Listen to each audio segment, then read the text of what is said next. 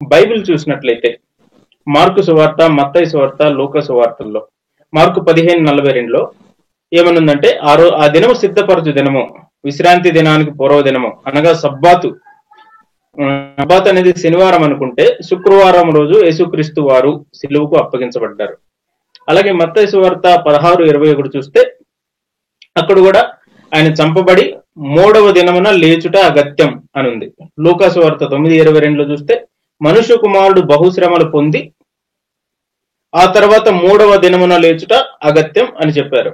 అంటే ఈ 3 వచనాలు మనం చూస్తే ఏముందంటే 3 రోజులు సమాధిలో ఉండకపోయినా 3వ దినమున లెగాలి అన్నట్లుగా ఉంది. కానీ ఇంకా వేరే వచనాలు మత్తయి 12:40, మార్క్ 8:31 ఇవి మనం చూసినప్పుడు ఎలా ఉందంటే ఆయన 3 దినముల తరువాత ఆయన లెగాలి అన్నట్లుగా ఉంది. అంటే ఒక పార్ట్ ఆఫ్ బైబిల్లో 3వ దినమున ఉంటే ఇంకొక చోట 3 రోజుల తర్వాత అన్నట్లుగా కనిపిస్తుంది. సో ఈ యొక్క చిక్కుముడి మనం ఎట్లా అర్థం చేసుకోవాలి? ఆయన నిజంగా శుక్రవారమే చనిపోయారా? శుక్రవారం చనిపోతే ఆదివారానికి 3 రోజులు కావు కదా? లేదు, ఆ 3 రోజులు ఆయన సమాధిలో లేడు, కేవలం 3వ దినానే ఆయన లేచాడు అని అర్థం చేసుకోవాలి. ఏ రకంగా దీన్ని అర్థం చేసుకోవాలి? మనము చాలా అంటే ఈ మధ్యకాలంలో ముస్లిమ్స్ ఎక్కువగా తీసుకొచ్చినటువంటి ఒక అబ్జెక్షన్ ఇది. ఆయన 3 రోజులు అన్నాడు, 3 రోజులు లేడు కదా. సో కొంతమంది తీసుకొని ఆయన శుక్రవారం చనిపోలేదు, బుధవారం చనిపోయాడని కొంతమంది థియరీలు సృష్టించారు. కొంతమంది బైబిల్ కథనం కరెక్ట్ గా లేదనేటువంటి థియరీలు సృష్టించారు. ఇదంతా ఎందుకు జరుగుతుందంటే ఫస్ట్ విషయం, మనం ఒక ప్రాచీన పుస్తకాన్ని చదువుతున్నామని మనం అర్థం చేసుకోవాలి. 2000 సంవత్సరాల క్రితం జరిగినటువంటి ఈవెంట్ ని, సంఘటనని నమోదు చేశారు. 2000 సంవత్సరాల క్రితమే నమోదు చేశారు. 2000 సంవత్సరాల క్రితం జరిగిన దాన్ని, 2000 సంవత్సరాల క్రితం రాసిన దాన్ని మనం అర్థం చేసుకునేటప్పుడు నాటి కాల స్థితిగతులకు, సంస్కృతికి, ప్రాంతానికి, చారిత్రక నేపథ్యానికి మనం వెళ్తే గానీ మనకు కొన్ని విషయాలు అర్థం కావు. సో యూదులు దీన్ని రాసేటప్పుడు ఆ యూదుల పరిభాష, యూదుల కాల మానం, కాల ప్రమాణాలు, కాలం కొలతలు ఎలా ఉంటాయి ఇది మనం తెలుసుకోవాలి. ఇప్పుడు ఆధునిక ప్రపంచంలో బ్రిటిష్ వాళ్ళు అందరినీ పరిపాలించి వెళ్ళిపోయాక మనము అర్ధరాత్రి 12 గంటల నుంచి, అందుకని 0 అవర్ అంటాం మనం, అర్ధరాత్రి 12 గంటల నుంచి కొలిచేటువంటి పద్ధతి కాదు దినం అంటే. అందుకనే మనం అర్ధరాత్రి 12 గంటల నుంచి ప్రతి నిమిషాన్ని ఏఎం గా చూస్తాం. మధ్యాహ్నం 12 గంటల నుంచి ప్రతి నిమిషాన్ని, ప్రతి గంటని మనం పిఎం గా చూస్తాం. సో మనము అర్ధరాత్రి 12 గంటల నుంచి నెక్స్ట్ డే అర్ధరాత్రి 12 గంటల వరకు 24 అవర్స్ ఒక దినంగా మనం చూస్తాం.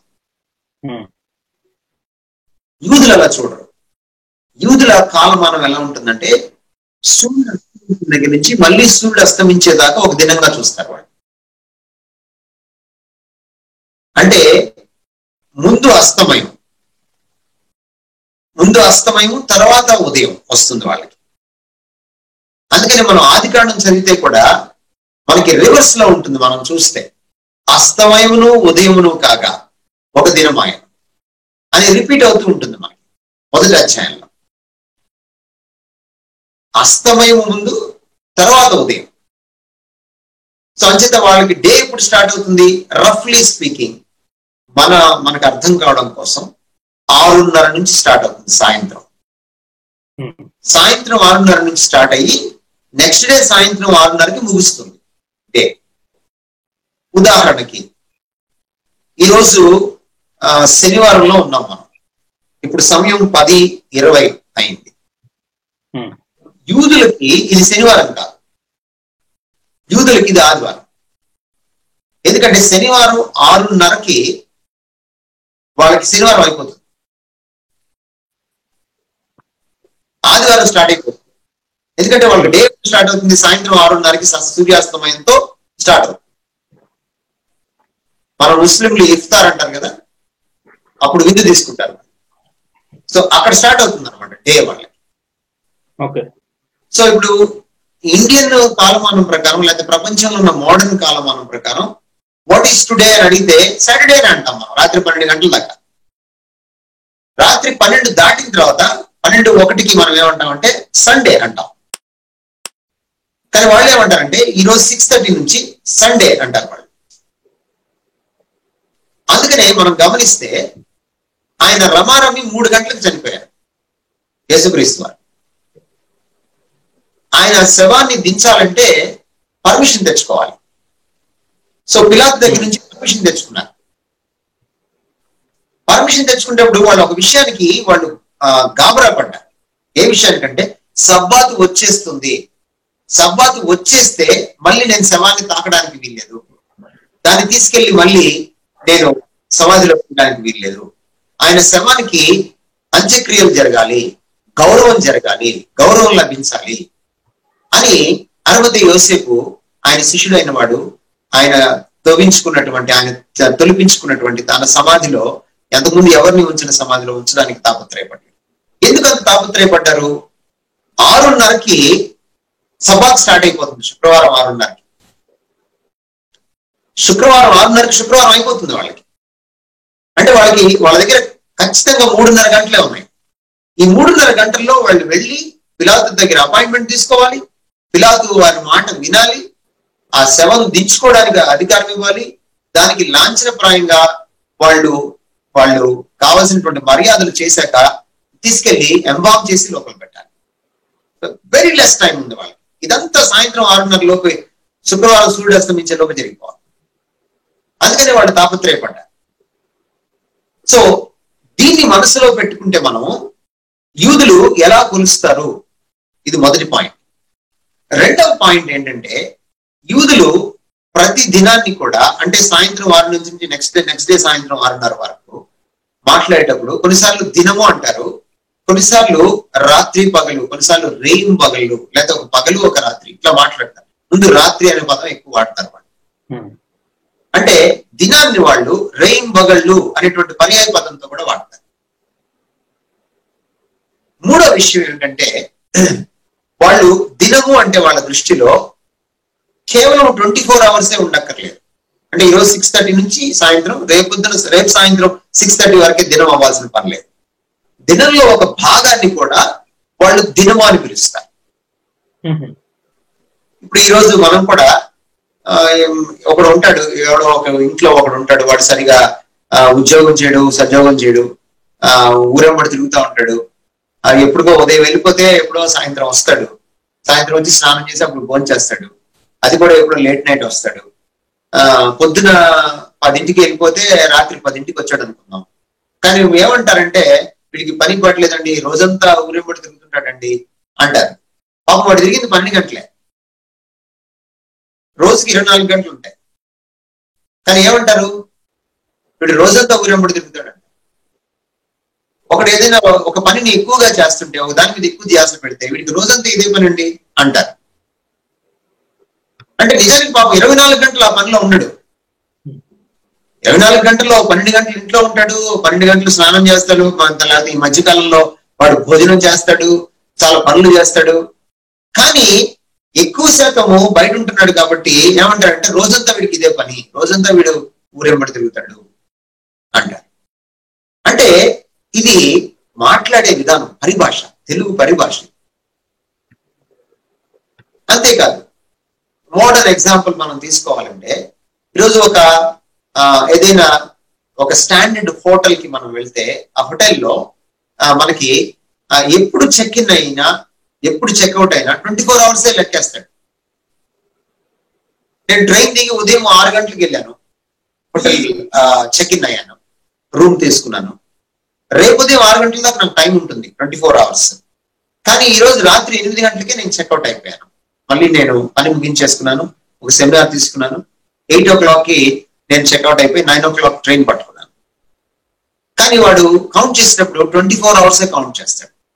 అంటే నేను వాడుకున్నది ఒక 14 గంటలు వాడుకున్నాను, కానీ వాడు 24 అవర్స్ కింద కౌంట్ చేస్తాడు. యూదులు కూడా అంతే. ఫుల్ డే అంటారు వాళ్ళు, డే అంటారు. ఆ డేని డే అండ్ నైట్ లేక రాత్రింబగళ్ళు అంటారు, లేక పార్ట్ ఆఫ్ ద డే కూడా డే అంటారు, దాన్ని కూడా రేయింబవళ్ళు అంటారు. వాళ్ళు యేసుక్రీస్తు వారు మాట్లాడినప్పుడు ఆయన 3 రోజులు లేక 3వ దినమున లేక ఆయన 3 రాత్రులు 3 పగళ్ళు, ఈ 3 పదజాలాలు పరిభాష ఆయన ఉపయోగించాడు. అంతే కదండి. క్రీస్తు వారు 3 రకాల పదజాలం వాడారు. ఆయన 3వ దినమున, లేకపోతే 3 రోజులు 3 దినములు, లేకపోతే 3 రేయింబవళ్ళు, రాత్రి పగలు, ఇట్లా పదజాలం వాడారు. సో అంటే ఒక్కొక్క సందర్భంలో ఒక్కొక్క రకంగా. దీన్ని మనం చూసుకుంటే చాలా మంది ఏమనుకుంటారంటే 72 గంటలు అనుకుంటున్నారు. కాదు, అంటే 72 అంటే 3-24 గంటలు అనుకుంటున్నారు. మనం లెక్కేద్దాం. యూదుల కాలమానం ప్రకారం మనకు ఒక ఐడియా వచ్చింది కూడా లెక్కేద్దాం. శుక్రవారం యేసుక్రీస్తు వారు మధ్యాహ్నం 3 గంటలకి చనిపోయారు. అవునా? 3 గంటలకు చనిపోయిన ఆయన్ని తీసుకువెళ్ళి సమాధి చేశారు. అంటే మరణం అయిన దగ్గర నుంచి మనం కౌంట్ చేసుకోవాలి. 3 గంటల నుంచి రఫ్లీ 6:30 వరకు 3:30 గంటలు, అది శుక్రవారంలో పడింది. సో శుక్రవారంలో పార్ట్ ఆఫ్ ద డే, ఒక యూదుడికి part of the day is equal to day, day is equal to day and night. Okay. So ఒక దినం అయిపోయింది అక్కడ వాళ్ళకి, ఒక రేయి ఒక పగలు అయిపోయినట్టే లెక్క. తర్వాత శుక్రవారం సాయంత్రం 6:30 నుంచి శనివారం సాయంత్రం 6:30 వరకు సబ్బాత్, ఒక ఫుల్ డే.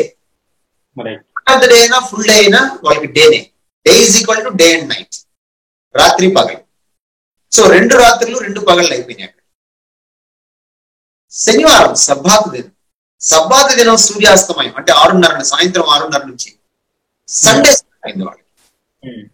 అక్కడి నుంచి సండే తీసుకుంటే యేసుక్రీస్తు ఏ వేకువజామునో ఏ రాత్రి 2 గంటలకు ఎప్పుడు లేచారో తెలియదు. ఉదాహరణకి యేసుక్రీస్తు వారు రాత్రి 2 గంటలకే లేచారు, ఎందుకంటే వీళ్ళు 4 గంటలకే వెళ్ళారు. 2 గంటలకు లేచారు అనుకుందాం మనం. సో అది కూడా అంటే శనివారం సాయంత్రం 6:30 నుంచి సండే మొదలైతే రాత్రి 2 గంటలు 2:30 గంటలు అంటే మనకి ఎన్ని గంటలు అయిందో మీరు చూడండి. So part of the day, part of the day is equal to day and day is equal to day and night. మళ్ళీ ఒక రాత్రి పగలైంది. మొత్తం 3 రాత్రులు 3 పగలైంది. కాబట్టి 3 రోజులు ఆయన గర్భంలో ఉన్నారు, భూగర్భంలో ఉన్నారు. అంటే 3 రోజులు ఆయన మరణించి ఉన్నారు. 3 రేయింబగళ్ళు ఉన్నారు. 3వ దినమున అన్నాడు ఆయన. ఎస్, 3వ రోజు సండేనా ఆయన లేచారు. కాబట్టి 3వ దినమున ఎక్కడ క్లాష్ లేదు. సో యూదుల కాలమానం ప్రకారం, పరిభాష ప్రకారం మాట్లాడుకుంటే ఇక్కడ ఎటువంటి కాంట్రడిక్షన్ కానీ అసంబద్ధత కానీ మనకి ఎక్కడ కనపడదు. రైట్.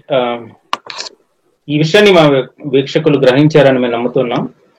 అయితే ఇక్కడ ఇంకొక చిన్న క్లారిఫికేషన్ కూడా కావాలండి. యోనా గారు చేప మరణించలేదు, మరి యేసుక్రీస్తు కూడా ఆ రకంగా మరణించలేదా అని కొంతమంది అడుగుతూ ఉన్నారు. ఓకే, రైట్, మంచి ప్రశ్న. ఎగ్జాంపుల్ ని ఎప్పుడు కూడా మనము పిహెచ్డి చేయకూడదండి. మొన్న కూడా నేను చెప్పాను, ఎగ్జాంపుల్ అనేది ఎక్స్ప్లెనేషన్ కోసం, భాష అనేది ఎక్స్ప్రెషన్ కోసం. ఒక ఎగ్జాంపుల్ నేను తీసుకున్నప్పుడు ఆ ఎగ్జాంపుల్ లో పోలిక ఎంత మేరకు ఉందో అంత మేరకే తీసుకుంటాను. లిమిటేషన్ ఉంటుంది. ఇప్పుడు అమ్మ మనసు పాల వంటిది అంటాం. అమ్మ మనసు పాల వంటిది అంటే పెరుగు పెట్టుకోవచ్చు అని అనకూడదు.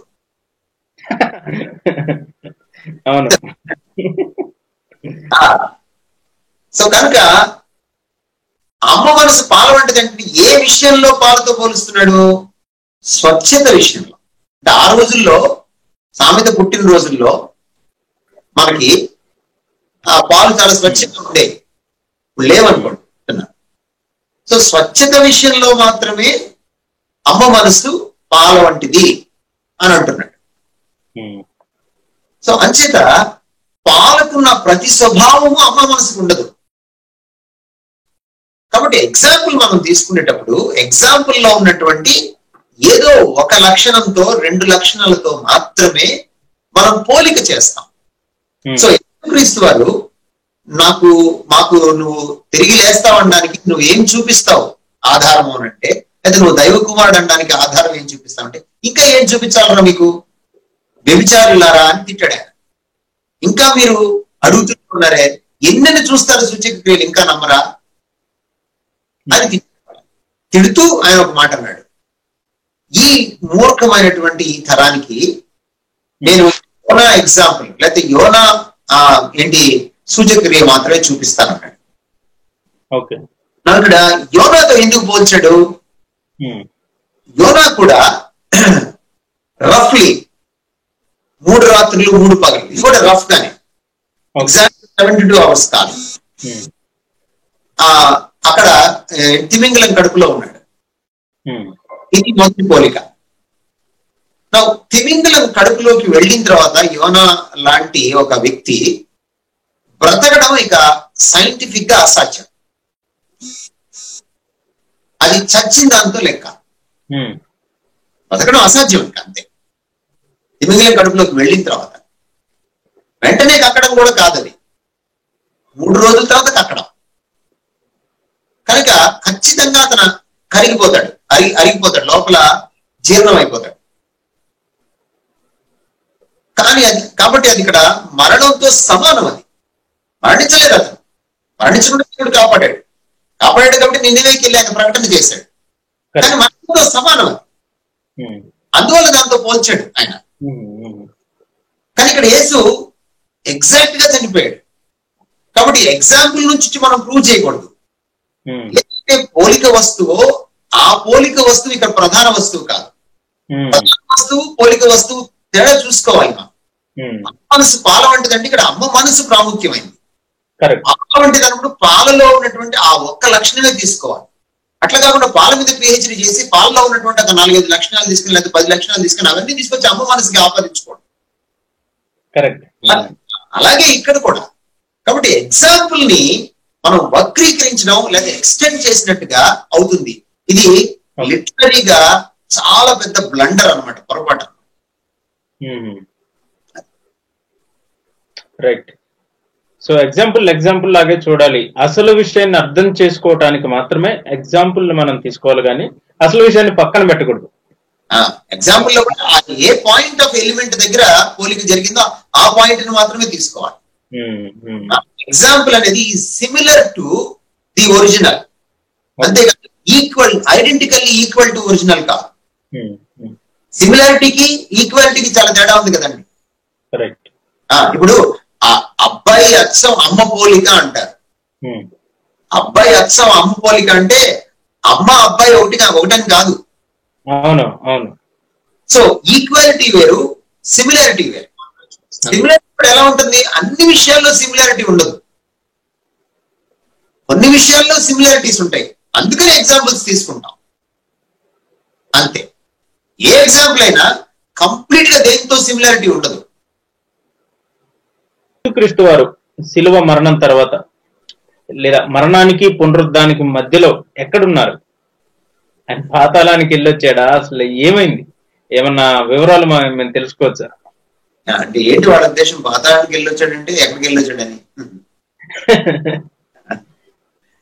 అంటే కొంతమంది థియోలాజియన్స్, స్పీకర్లు, ప్రబోధకులు అట్లాంటి భావన కల్పిస్తున్నారు. కాబట్టి కొన్ని డాక్ట్రిన్స్ పుట్టాయి. అంటే మరణించిన లోకానికి వెళ్ళి అక్కడ ఉన్నటువంటి అవిశ్వాస ఆత్మలకు కూడా ఆయన ప్రబోధం చేస్తాడు. చేసిన తర్వాత వాళ్ళని తీసుకొని ఆయన చెరగా కొనిపోయాను, లేక చెరగా కొనిపోబడిను అనేటువంటి మాటలు తీసుకొని, అంటే ఎఫెసీ పత్రిక, పేతురు పత్రిక ఇలాంటివి తీసుకొని వాళ్ళు ఒక సిద్ధాంతాన్ని సృష్టించుకున్నారు. ఈరోజు కొన్ని చర్చెస్ ఉన్నాయి, మన తెలుగు కూడా ఉన్నాయి. ఏమిటంటే మనకు కావాల్సిన వాళ్ళు ఎవరైనా పోయిన తర్వాత వాళ్ళు ఒకవేళ మారు మనసు పొందకుండా చనిపోయి ఉంటే, లేదా వాళ్ళు పరలోకంకి వెళ్తారన్నటువంటి నిశ్చయిత నమ్మకం మనకి లేకపోతే, లేక మనకి ఏదైనా అనుమానం కలిగితే వీళ్ళ దగ్గరికి వెళ్ళి మనం ప్రార్థన చేయించుకుంటే, వాళ్ళు కొన్ని రోజులు ప్రత్యేకంగా ప్రార్థన చేసి ఉపవాసం ఉండి వాళ్ళు మనకి చెప్తారనమాట, మీ తాత లేకపోతే మీ మావయ్య లేకపోతే మీ నాన్నగారు నేను ప్రార్థన చేసిన తర్వాత పరలోకానికి ప్రమోట్ అయ్యాడని చెప్తారన్నమాట వాళ్ళు. సో ఈ డాక్ట్రిన్స్ ని వాళ్ళు అంటే ప్రచారం చేసుకోవడానికి యేసుక్రీస్తు వారు కూడా నరకానికి వెళ్ళి అక్కడ కొన్ని ఆత్మలకి ప్రబోధం చేశాడని, ఆ ఆత్మల్ని తీసుకొని ఆ చెరగా ఉన్న ఆత్మల్ని ఆయన పైకి వెళ్ళిపోయాడని చెప్పుకుంటారు. సారీ టు డిస్టర్బ్ యూ, ఈ కనెక్షన్ లోనే కూడా శిలువ మీద దొంగతో కూడా యేసుక్రీస్తు వారు నీవు ఈ రోజునే పరదేశంలో ఉంటావు అనేది కూడా దీన్ని కనెక్ట్ చేసి మాట్లాడుతూ ఉంటారు. అంటే మనం అక్కడ ఒక విషయం, ఆ ఒక్క మాటే తీసుకోకూడదు. సిలువలో 7 మాటలు అని చెప్పుకుంటున్నాం కదా మనం. 7 మాటలు ప్రతిసారి మనం ఒక్కొక్క తప్పుడు ప్రసంగాల్లా చేసుకుంటూనే ఉన్నాం ప్రతి గుడ్ ఫ్రైడేకి. యేసుక్రీస్తు వారు నేడు నీవు నాతో పరదేశంలో ఉండు అనే మాట ఒకటే అనలేదు ఆయన. ఆయన ఏమన్నాడంటే చివరిలో, తండ్రి నీ చేతికి నా ఆత్మను అప్పగిస్తున్నాను కూడా అన్నాడు. అంటే ఎక్కడుంటాడు ఆయన చనిపోయినప్పుడు? తండ్రితో ఉన్నాడు. మరి తండ్రితో ఉన్నాడు అంటే తండ్రి ప్రెసెన్స్ లో ఉన్నాడు. అంచేత వీళ్ళు చెప్పేటువంటి మాటలకి అంటే ఒక్క వచనాన్ని దూరంగా తీసుకెళ్లిపోయి బైబిల్కి విడాకులు ఇచ్చి దాని మీద పిహెచ్డి చేయాలనుకుంటే ఇట్లాంటి విపరీతమైనటువంటి సిద్ధాంతాలు పుడతాయి. మనము కొన్ని విషయాలను చాలా జాగ్రత్తగా అర్థం చేసుకోవాలి. వాక్యంలో ఈ చెరగా కొనిపోయిన ఉన్నప్పుడు మనము కీర్తనల గ్రంథం 68వ అధ్యాయం 18వ వచనంలో ఉన్నటువంటి మాటను ఉపయోగించారు అన్నమాట అపోస్తలు. చెర ఏంటి ఇక్కడ? అపవాది సంబంధమైనటువంటి వాడి సేనను ఆయన చెరపట్టాడు. ఎప్పుడైతే ఆయన సిలువలో చనిపోయాడో అది ఒక ఆధ్యాత్మిక పోరాటం. మనం కొలసీ పత్రిక 2వ అధ్యాయం 14వ వచనం నుంచి 16వ వచనం దాకా మనం చదివితే మనకి ఇంకా సుస్పష్టత కనపడుతుంది. ఆయన వాడిని బాహాటముగా వేడుకకు కనపరిచాడు.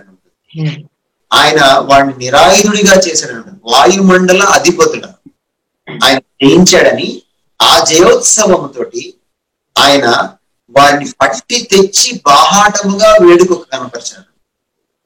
అంటే ఎవరితో యుద్ధం చేశాడు ఆయన శిలువ పైన? అపవాది సంబంధమైనటువంటి వాడి సేనతో యుద్ధం చేశాడు. వాడి సేనను చెరగా కొనిపోయాడు. అంతే తప్ప విశ్వాసుల్ని తీసుకెళ్లాడు అని కాదు. ఎందుకంటే విశ్వాసులు చెరగా ఉండరు. విశ్వాసులకి దేవుని సన్నిధిలో విడుదల ఉంటుంది, ముక్తుడు. అక్కడ వాళ్ళు స్వేచ్ఛను అనుభవిస్తారు. అయితే ఎక్కడ ఈ విశ్వాసులు ఆత్మల్ని ఉంచాడు అనేది మిస్టరీ. బైబిల్ చెప్పట్లేదు. పరలోకాన్ని నరకాన్ని ఆయన వేరు చేయలేదు, గొర్రెల్ని మేకల్ని వేరు చేయలేదు, రెండవ రాకడ సంభవించలేదు, తీర్పు జరగలేదు. కాబట్టి ఆ ధవళ సింహాసనం, ఆ తీర్పు జరిగిన తర్వాతనే ఆత్మల్ని ఆయన నరకానికి పంపిస్తాడు, లేకపోతే ఆయన పరలోకానికి పంపిస్తాడు. అది కూడా మహిమ శరీరాన్ని ఇచ్చి పంపిస్తాడు. అంతేత వీటిని మనం వేరేగా అర్థం చేసుకోకూడదు. లేకపోతే భూమి యొక్క అగాధ స్థలాల్లోకి లేకపోతే వెళ్ళాడు అని అన్నప్పుడు కూడా దాన్ని నరకంగా భావించకూడదు. నరకం భూమి అగాధ స్థలాల్లో ఉండదు.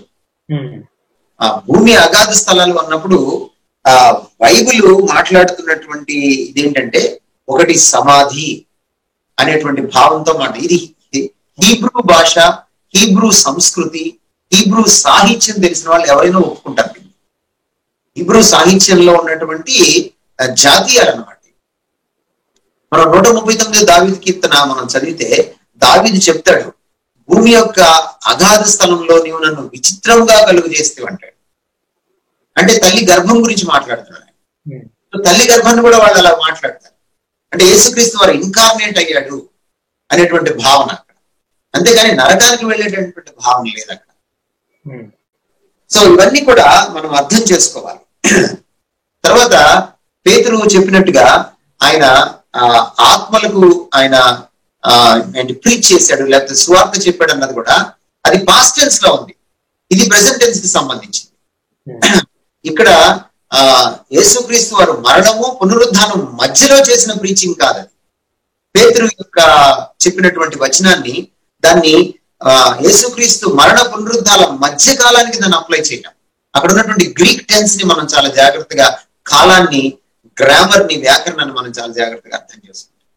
కాబట్టి ఇవన్నీ కూడా ఒక తప్పుడు డాక్టర్ని పుట్టడానికి వాళ్ళ సౌలభ్యం కోసం వాళ్ళు ప్రచారం చేసినటువంటి విషయాలే తప్ప యేసుక్రీస్తు వారు నరకానికి వెళ్ళింది లేదు, యేసుక్రీస్తు వారు చనిపోయిన ఆత్మలకు బోధించింది లేదు, యేసుక్రీస్తు వారు అక్కడున్న ఆత్మల్ని ప్రమోట్ చేసి పరలోకానికి తీసుకువెళ్ళింది లేదు.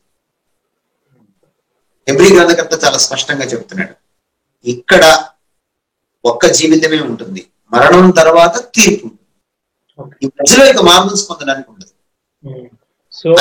మరణం తర్వాత తీర్పు ఉంటుంది. యేసుక్రీస్తు వారు చెప్పిన ఉపమానంలో కూడా మనం చాలా స్పష్టంగా చూస్తాం. ఒక ధనికుడు, తనకి విపరీతమైనటువంటి ఆస్తి ఉంది, తన ధాన్యం అంతా కూర్చుకోవడానికి అతను లోబిగా మారిపోయి ఎవరికి దానం చేయనటువంటి పరిస్థితి, అంత స్వార్థానికే వాడుకునేటువంటి పరిస్థితి. వాడు తన గోదాముల్ని పడగొట్టి ఇంకా పెద్దవిగా చేసి వాటిల్లో తన ధాన్యాగారాల్ని వాడు కూర్చుకోవాలని అనుకుంటున్నప్పుడు, నేను కూర్చుకొని తిని తాగి సుఖిస్తాను, తినుము తాగుము సుఖించమని నా ప్రాణంతో చెప్పుకుంటానని వాడు అద్భుతంగా కలలు కంటున్నప్పుడు వాడిని యేసుక్రీస్తు వారు ఏమని పిలిచాడంటే, వెర్రివాడా, ఈ రాత్రి ప్రాణమును అడుగుతున్నారు. వెర్రివాడని ఎందుకు అంటున్నాడు? ఇక్కడే ఏదైనా ఉంటే ఇక్కడే మారాలి. ఒకసారి మరణం తర్వాత there is no chance of repentance. మరణం తర్వాత there is no chance of promotion to heaven. పరలోకానికి వెళ్ళడానికి ఇంకా అవకాశం లేదంతే. మనకు ఇంకొక ఎగ్జాంపుల్ కూడా యేసుక్రీస్తు వారు చెప్పారు. ఈ ఎగ్జాంపుల్ లో మరీ స్ట్రేంజ్ గా ఆయన అసలు పేరే వాడాడు. లాజరు అనేటువంటి ఒక పేదవాడు, నిరుపేదవాడు, భిక్షగాడు లాంటి వాడు, ఒక ధనికుడు. ధనికుడి పేరు వాడలేదు ఆయన సంస్కారం కొద్ది, ఎందుకంటే ధనికుడిది నెగటివ్ క్యారెక్టర్, లాజరస్ ది పాజిటివ్ క్యారెక్టర్. యేసుక్రీస్తు వారు చాలా సంస్కారం కలిగిన వాడు. ఆయన కథ చెప్పేటప్పుడు కూడా బహుశా రియాలిటీలోని ధనికుడి పేరు ఆయన వాడగలరు, ఎందుకంటే లాజర్ పేరు తెలిసిన ఆయన ధనికుడి పేరు కూడా ఆయనకు తెలుసు, కానీ ఆయన వాడలేదు. వాళ్ళిద్దరు చనిపోయిన తర్వాత లాజర్ని ఏమాత్రం పట్టించుకోకుండా, లాజర్ని తక్కువ చూపుతో చూసినటువంటి, సుఖించినటువంటి, లగ్జూరియస్ గా బ్రతికినటువంటి ఆ ధనికుడు నరకంలో ఉండడం, లాజరు పరలోకంలో ఉండడం, మళ్ళీ కిందకి వెళ్ళడం. అక్కడ కూడా అది ఎగ్జాక్ట్ గా నరక పరలోకాలు కాదు. ఎగ్జాక్ట్ గా నరక పరలోకాలు అయితే తీర్పు తీర్చబడింది. తీర్చబడిన తర్వాత కింద ఎవరు భూమి మీద ఉండరు. కానీ వాడు బతుకులాడుకుంటాడు ఆ ధనికుడు, సరే నాకు కుదరట్లేదు, కనీసం నా సోదరులకైనా సరే ఇక్కడ నుంచి ఎవరైనా పంపించి వాళ్ళు నమ్ముతారు, అంటే పంపించాల్సిన పని లేదు, అక్కడ ప్రవక్తలు ఉన్నారంటాడు అబ్రహాం. కాబట్టి మనకు చాలా స్పష్టంగా అర్థమవుతుంది, ఒకసారి అక్కడికి వెళ్ళిన తర్వాత మళ్ళీ ప్రమోషన్ కుదరదు. No second chance. ఇది భూమి మీద ఉన్నప్పుడే నార్మల్స్ పొందే అవకాశం, కానీ మరణించిన తర్వాత ఎవరు ప్రార్థన చేసినా ఏం చేసినా గానీ అవకాశం లేదు. ఇది ఏం చేశారంటే క్యాథలిక్స్ మొదట దీన్ని కల్పించారు. క్యాథలిక్స్ కల్పించినప్పుడే అప్పుడు మార్టిన్ లూథర్ యుద్ధం చేసినప్పుడు పోపుకి వ్యతిరేకంగా రిఫర్మేషన్ డే రోజున ఆయన కారణం అదే. నవంబర్ 1 ఆల్ సెయింట్స్ డే, అంటే సెయింట్స్ ద్వారా వాళ్ళు దేవుడికి మొరపెట్టుకుంటారు. సెయింట్స్ మధ్యవర్తులు అనమాట, శుద్ధులు ఉంటారు వాళ్ళకి, రకరకాల పరిస్థితులు, సెయింట్ ఆంటోనీ, సెయింట్ అగస్టిన్, చాలా మంది ఉన్నారు వాళ్ళకి. మరియమ్మ తల్లి కూడా ఒక మధ్యవర్తి. సో వాళ్ళ ద్వారా వాళ్ళు ప్రార్థనలు చేస్తారు. అందుకని ఆల్ సెయింట్స్ డేని వ్యతిరేకించడం కోసం హడావిడిగా 31వ తారీఖున ఆయన ఆ పని చేశాడు. 95 విషయాలను పోపుకు వ్యతిరేకంగా ఆయన రాసి ఒక కాగితం పైన అది చర్చి తలుపు కొట్టడం జరిగింది ఆయన. అందుకని 31 అక్టోబర్ ని, అంటే ఆల్ సెయింట్స్ డేకి ముందు రోజుని మనం ఈ రోజు కూడా రిఫర్మేషన్ డేగా మనం సెలబ్రేట్ చేసుకుంటాం. కారణం ఏంటంటే ఇక్కడ ఒక ప్రధానమైన విషయం, మార్టిన్ లూథర్ ని చెలింపజేసిన ఒక విషయం ఏంటంటే, వాళ్ళు పాప పరిహార పత్రాలు వాళ్ళు యాక్చువల్గా అమ్ముతూ ఉన్నారు. ఆ పాప పరిహార పత్రాలు అమ్మడం, తర్వాత వాళ్ళ డాక్టరీన్ లో చాలా ప్రాముఖ్యమైనది అంటే పర్గేటరీ డాక్టరీన్. అంటే మనకి ఆప్తులైన వాళ్ళు, ప్రియులైన వాళ్ళు చనిపోతే వాళ్ళని పరలోకానికి ప్రమోట్ చేయడానికి వీళ్ళు ప్రార్థన చేస్తారు. వీళ్ళు ప్రార్థన చేయడానికి మనం కానుక వేయాలి, కప్పం కట్టాలి, పన్ను కట్టాలి. సో ఆ మాల్ ప్రాక్టీస్ ని, ఆ తప్పుడు ఆచారాన్ని ఆయన దునుమాడడానికి ఆయన యుద్ధం చేశాడు. అనేకమైన విషయాలు కూడా ఉన్నాయి, అవన్నీ మనం ఇప్పుడు అసందర్భం. చర్చెస్ కూడా ఇప్పుడు రైట్ నౌ తెలుగు రాష్ట్రాల్లో ఉన్న కొన్ని చర్చెస్ కూడా, apart from Catholic churches, even Protestant churches గా పిలువబడుతున్న, సోకాల్డ్ ప్రొటెస్టెంట్ చర్చెస్ గా పిలువబడుతున్న కొన్ని చర్చెస్ మెన్షన్ చేస్తే వాళ్ళు బాధపడతారు. కొన్ని డినామినేషన్స్ ఈ డాక్టర్ ని ప్రమోట్ చేస్తున్నాయి. చాలా మంది అలాంటి వాళ్ళ దగ్గరికి వెళ్ళి ప్రార్థనలు చేయించుకుంటున్నారు. వాళ్ళ తాతలు ముత్తాతలు వాళ్ళ జేజమ్మలు పరలోకంకి వెళ్ళడానికి ప్రార్థనలు చేయించుకుంటున్నారు. Very bad. ఇది ఆ వాక్యానికి విరుద్ధమైన విషయం. వాక్య విరుద్ధమైన సంగతులు కేవలం ఏదైనా ఉంటే భూమి మీదే మనం మారుమనసు పొందాలి. కాబట్టి వీక్షకులు ఈ యొక్క విషయాన్ని గమనించండి.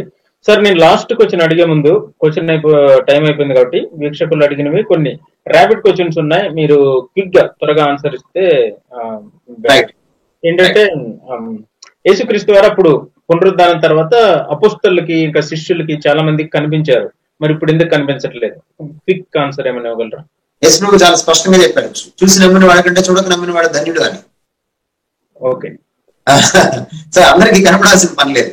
ఆయన యేసుక్రీస్తు వారు ఈవెన్ మొదటి శతాబ్దంలో కూడా అందరికీ కనిపించలేదు. అందరికీ కనిపించలేదు. సౌలు లాగా అందరినీ మార్చుకోలేదు ఆయన.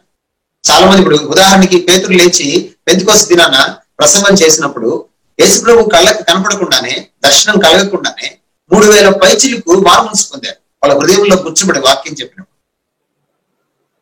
సో కనుక అందరికీ ప్రత్యక్షత లేదు. సో ఒక్కొక్కరిని ఒక్కొక్క రకంగా ఆయన సంధిస్తాడు.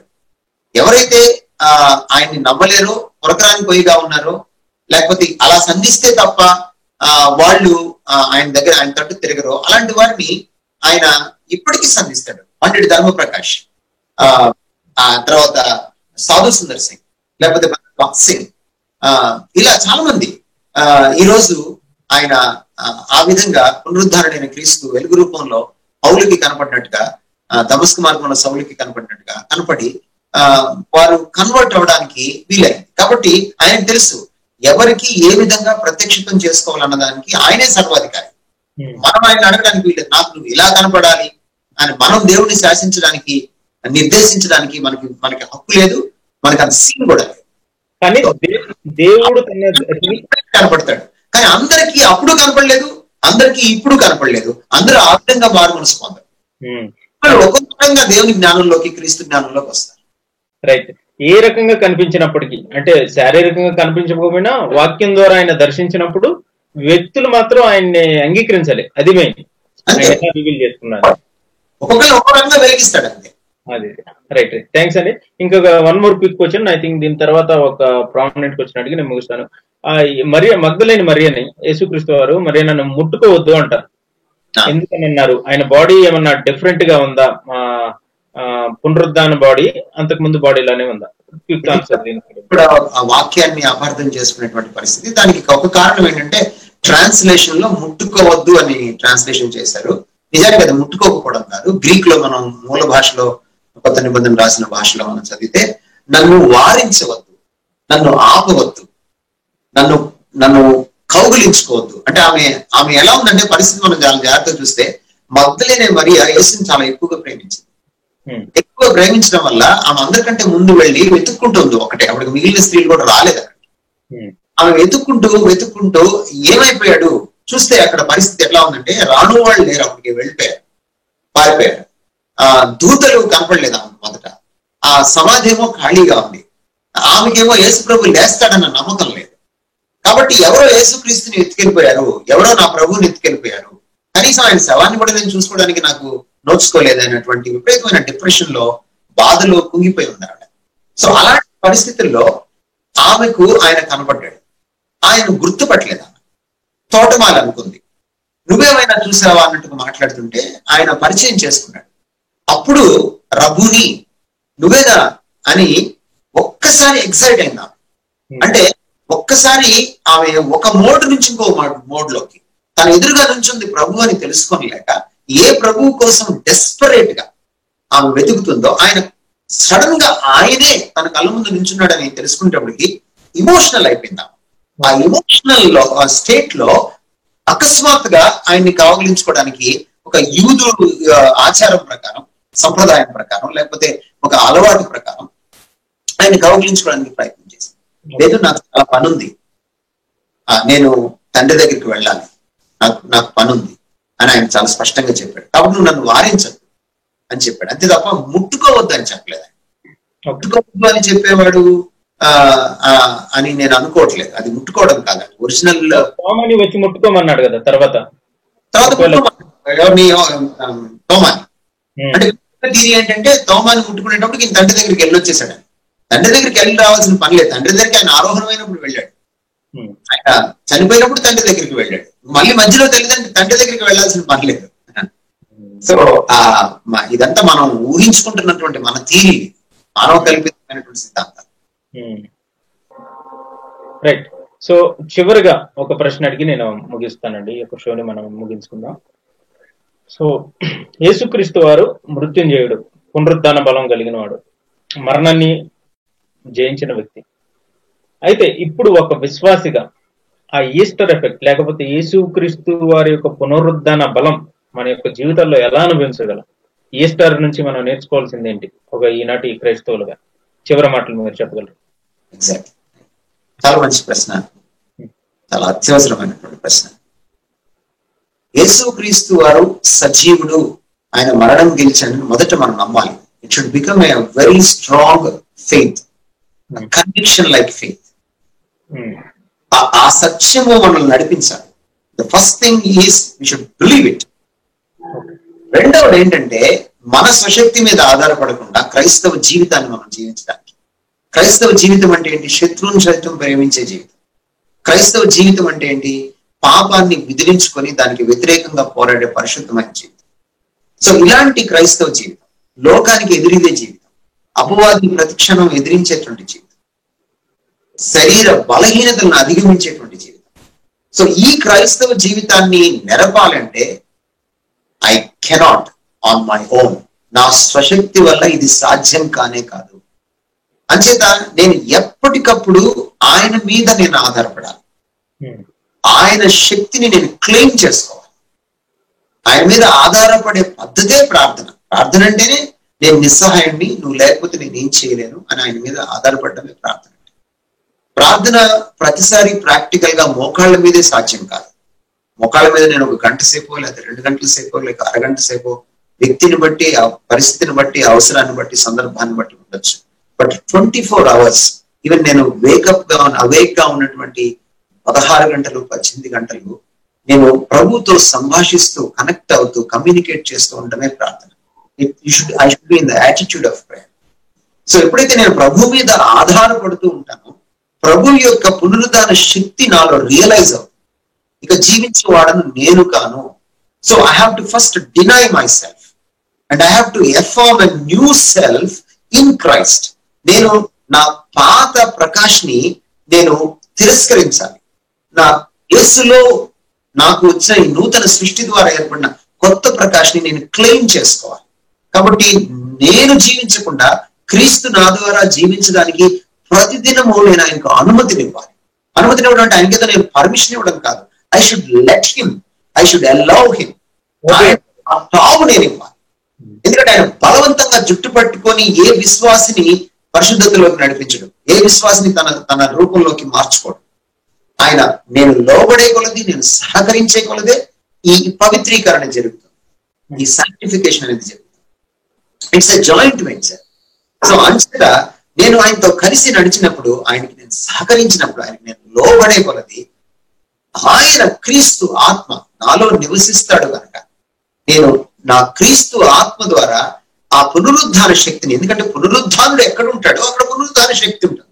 సో పునరుద్ధానుడు నాలో జీవించినప్పుడు, ఆయన నా ద్వారా జీవించడానికి నేను ఆయనకి అనుమతించినప్పుడు, నేను ఆయనకు ఆ తావిచ్చినప్పుడు, ఈ పునరుద్ధాన శక్తిని నేను క్రమేపీ ఆ శక్తి కిందకు వెళ్తాను. ఆ శక్తిని నేను రియలైజ్ అవుతాను.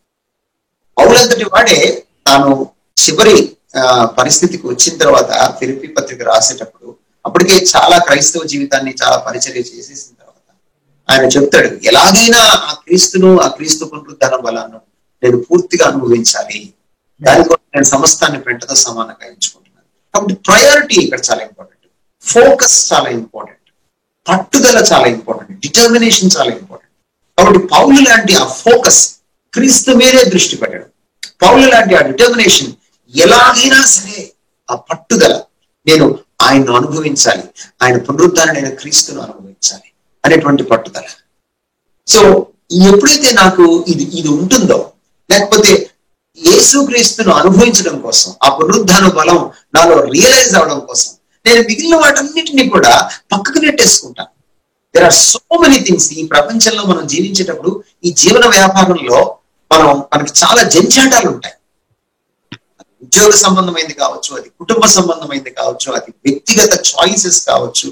It can be even a cell phone, it can be a television, it can be anything.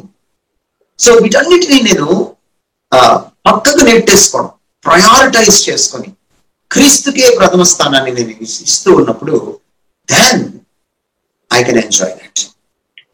నేను కరోనా లాంటి కష్టం కూడా వెళ్ళినా, లేకపోతే ఇంకేదైనా ఉపద్రవం ఏదొచ్చి పడినా, ఒక అస్వస్థత వచ్చినా, ఒక ప్రమాదం సంభవించిన, ఒక మానవుడు కుట్ర చేసినా నా మీద, లేకపోతే ఇంకేది జరిగినా, అపవాది నా మీద దాడి చేసినా, ఏదైనా సరే ఆ పునరుద్ధాన బలంతో నేను అధిగమించుకుంటూ ముందుకు వెళ్ళడానికి వీలవుతుంది.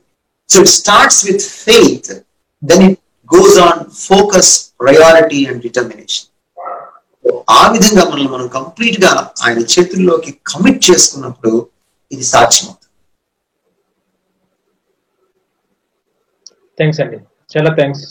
మీరు ఇంత టైం మాతో స్పెండ్ చేసినందుకు. మా వీక్షకులకు మనవి, క్రిస్టియన్ వాయిస్ అండ్ ప్రకాష్ గంట్ల అనే యొక్క యూట్యూబ్ మీరు ఫాలో అవుతున్నందుకు చాలా థ్యాంక్స్. సో మీరు రెగ్యులర్ అప్డేట్స్ మా నుంచి లభించాలంటే ఈ యొక్క ఛానల్స్ మీరు సబ్స్క్రైబ్ చేసుకోండి. మీ యొక్క స్నేహితులకి, బంధువులకు కూడా పరిచయం చేయండి. ఇంకా మేము నెక్స్ట్ వచ్చే లైవ్ ప్రోగ్రామ్స్ గురించి మీకు అప్డేట్ ఇవ్వడం జరుగుతుంది.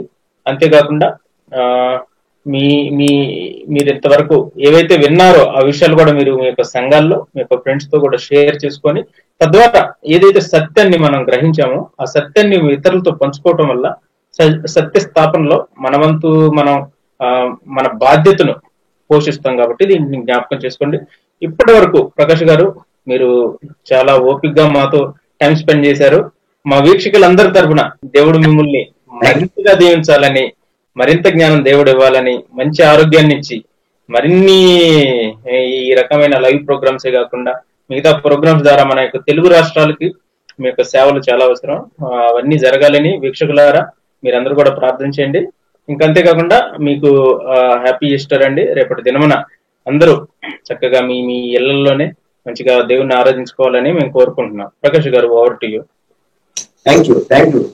వీక్షకులందరికీ సురేష్ గారితో సహా నా హృదయపూర్వక కృతజ్ఞతలు తెలియజేసుకున్నాను. ఇంతసేపు నా మాటలు విన్నందుకు ఓపికగా ధన్యవాదాలు.